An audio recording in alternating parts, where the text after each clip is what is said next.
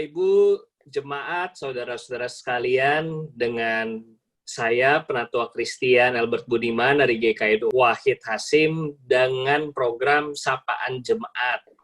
Nah, kali ini yang bersama-sama dengan saya adalah aktivis dari Pemuda GKI Wahid Hasim. Boleh memperkenalkan diri? Baik, terima kasih. Halo Bapak Ibu, jemaat, dan simpatisan GKI Wahid Hasim. Perkenalkan, nama saya Abi. Saya dan istri saya, kami berjemaat di GKI Wahid Hasim. Dan Abi ini secara khusus saya undang buat ikut di dalam program Sapaan Jemaat ini karena punya pengalaman yang menarik jadi content creator, yaitu YouTuber. Nah, Waduh, ya. jadi nanti Bapak Ibu saudara sekalian bisa lihat nanti linknya di channelnya di bawah ini kalau misalnya mau lihat-lihat pengalaman Bro Abi ini keliling. Kayaknya terakhir itu tentang apa ya, ngamatin vending machine ya kalau nggak salah ya, atau itu yang sebelum terakhir nih?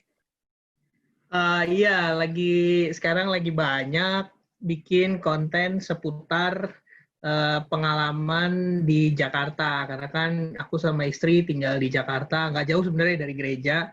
Dan tiap hari kami banyak gunain transportasi umum, terus juga banyak lihat perkembangan fasilitas yang ada di kota Jakarta, terus basicnya suka cerita, terus pengen berbagi.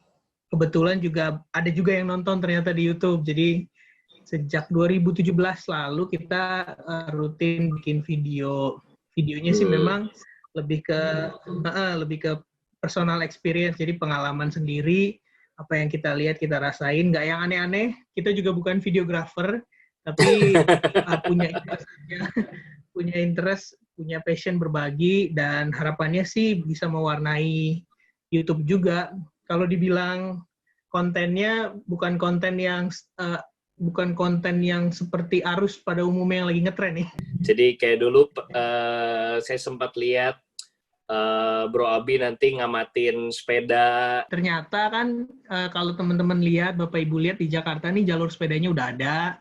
Bahkan fasilitas buat sepeda juga udah disediakan sama pihak-pihak tertentu kayak misalnya MRT Jakarta. Jadi aku penasaran nih sebenarnya kayak gimana sih programnya, nyobain sendiri, ngalamin sendiri, kasih masukan. Jadi bukan ngiklanin, tapi benar-benar menyampaikan apa yang aku alamin sih. Jadi mudah-mudahan orang-orang yang penasaran, pengen tahu, jadi lebih tahu dengan lihat konten aku. Nah, secara khusus ini sebenarnya Bro Abi aku ajak karena kayaknya gereja itu belakangan ini dari berbagai gereja banyak nih bikin konten gitu kan. Kalau dulu kayaknya gereja punya channel aja itu sesuatu yang aneh, sekarang kayaknya hampir semua gereja punya gitu.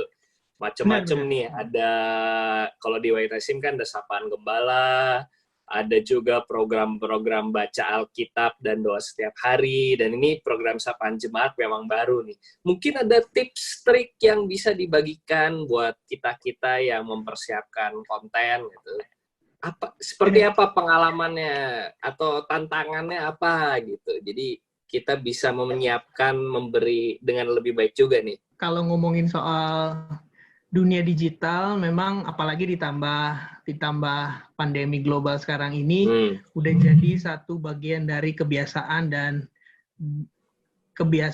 juga kayak semacam bagian dari kehidupan orang sehari-hari. Jadi otomatis sekarang kita di dalam tanda kutip diharuskan melek untuk lihat teknologi komunikasi lewat gadget, lewat jaringan internet. Jadi memang video udah jadi bagian dari penyampaian informasi yang udah viral banget. Nggak bisa dipisahkan dari hidup sehari-hari lah ya, gitu ya.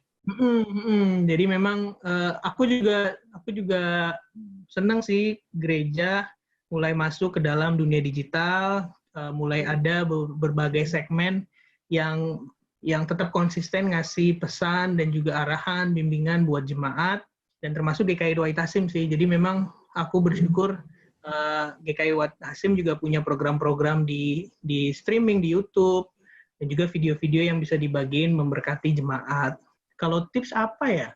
Mungkin lebih yang paling pusing itu kalau content creator, kalau boleh curhat, adalah konsistensi. Sebenarnya Itu apa ya, nggak ada rumusnya, karena itu benar-benar, tapi di sisi lain itu yang jadi salah satu kunci supaya konten kita bisa betul-betul semakin berkembang dan orang lain bisa semakin banyak yang lihat, yaitu tadi konsistensi. Kadang-kadang baru upload 1-2 video udah berharap kok yang nonton cuma 5 orang, 10 orang gitu ya.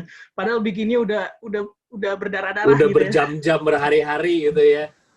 Bener, apalagi konten yang segmentasinya udah khusus, misalnya kayak jemaat gitu ya. Kita tahu kan jemaat kita siapa aja, kita juga berharap kontennya bisa menjangkau mereka, tapi kok udah dibikin mateng-mateng yang nonton 2 orang, 3 orang, udah diupload tetap ditanyain kok ini udah tayang apa belum gitu ya. Yang pertama sih mungkin konsistensi itu yang kadang-kadang buat aku secara pengalaman pribadi berefleksi yang jadi Tantangan ya. bottom line tantangannya yang ketika kita mau bikin satu konten. Jadi kalau kita udah bisa ngatasin konsistensi itu, secara nggak langsung sebenarnya kita udah mulai terbiasa punya pola bagaimana mengatur ritme kerja kita dalam bikin konten. Dulu aku ancur-ancuran bikinnya kadang pagi, kadang malam, kadang siang. Tapi sekarang ketika udah tahu polanya, ngedit sekian jam per hari, bikin konten di hari tertentu, udah lebih teratur sekarang ritmenya. Mudah-mudahan sih ini bisa terus dijaga, konsistensi itu. Itu yang pertama mungkin ya. Yang kedua, ya mungkin ini udah tahu juga sih teman-teman. Kalau kita lihat video kan orang cenderung yang dia pengen suka ya, yang dia pengen lihat maksudnya. Yang dia suka, yang dia pengen lihat bagi mereka. Jadi kalau niat kita tidak bisa kita sampaikan dalam bentuk kemasan yang menarik di video, bisa jadi pesan kita nggak nyampe juga sih. Maksudnya, niat yang bagus, kita pengen nyampein pesan yang penting ini kepada orang-orang di luar sana. Tapi ketika tidak dikemas secara serius bukan berarti harus kayak film gitu ya, yang sinematik. Nggak harus kayak gitu sih sebenarnya. Ada efek-efeknya gitu ya. Aku pun juga bukan profesional di bidang fotografi, videografi, tapi menarik dulu, maka itu udah jadi salah satu poin untuk bisa menarik perhatian orang-orang gitu. Jadi 2 ya kalau dari Bro Abi, yang satu konsistensi, yang kedua menarik ya, biar yang disampaikan itu nyampe gitu. Dan kerasa sih kalau kita mau bahas yang menarik itu kan subjektif juga ya. Ada orang yang suka nanti ada latar belakang lagunya tapi malah ada yang terganggu gitu. Tapi walaupun demikian, konsistensi jadi satu yang terus dipegang gitu ya. Oke. Terima kasih nih buat sharingnya. Mungkin ada pesan-pesan lain yang mau disampaikan buat jemaat yang mungkin lagi menyiapkan juga konten buat orang-orang di sekitarnya atau buat teman-teman gereja yang lagi bikin? Ya, dengan semakin terbiasanya kita dengan video, bikin konten di media sosial, kita seakan-akan kadang lupa bahwa video itu sebenarnya bukan yang terjadi, maksudnya gimana ya, kita tetap harus bisa membedakan antara bikin konten dengan menjalani kehidupan sehari-hari.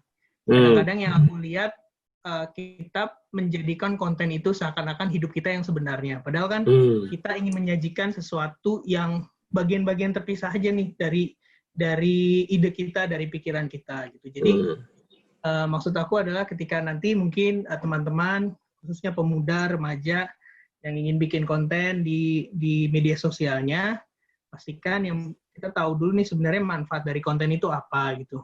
Ya, mungkin teman-teman ada yang mikir, manfaat itu kan nomor sekian, yang penting viral dulu gitu ya. Ya itu pilihan sih memang. Aku juga di kesini-sininya aku juga semakin menyadari bahwa dunia YouTube-nya adalah dunia yang bebas, yang kontrolnya itu ada di diri kita sendiri, nggak ada rules yang betul-betul bisa membatasi konten apa yang bisa dimasukin ke sana, walaupun ada guideline-nya juga. Jadi kita harus tahu dulu nih manfaatnya apa, karena aku selalu meyakini, ya ketika konten kita bermanfaat, maka itu yang buah yang bisa benar-benar memberkati orang. Kita kan beda ya, kita kan orang-orang yang memang punya panggilan, kita punya tugas untuk bisa menjadi berkat, menjadi terang. Ketika konten kita adalah konten yang sama seperti di dunia ini yang cuma mengejar mengejar apa viral viralnya, dan mengejar view. potensinya. Buat apa gitu kan? Kita nggak jadi berkat dan nggak jadi terang. Aku sih tetap meyakini walaupun viewersnya kecil, walaupun orang ngelihat ngapain lo bikin kayak gini, sok suci, sok tidak tinggi gitu ya. Tapi aku tetap teman-teman untuk bikin konten yang bermanfaat, bikin konten yang betul-betul bikin orang jadi makin pinter tapi ke arah yang positif. Oke, terima kasih Bro Abi buat sharingnya. Semoga terus bisa melayani lewat review, berbagai macam review tentang kota Jakarta yang kita cintai ini. Dan Amin. buat jemaat, buat saudara-saudara sekalian, terima kasih sudah bergabung. Selamat melayani lewat segala bentuk kegiatan yang Bapak Ibu saudara sekalian bisa lakukan. Kiranya apa yang disampaikan pada saat ini dapat menjadi berkat bagi kita sekalian. Tuhan memberkati. Amin.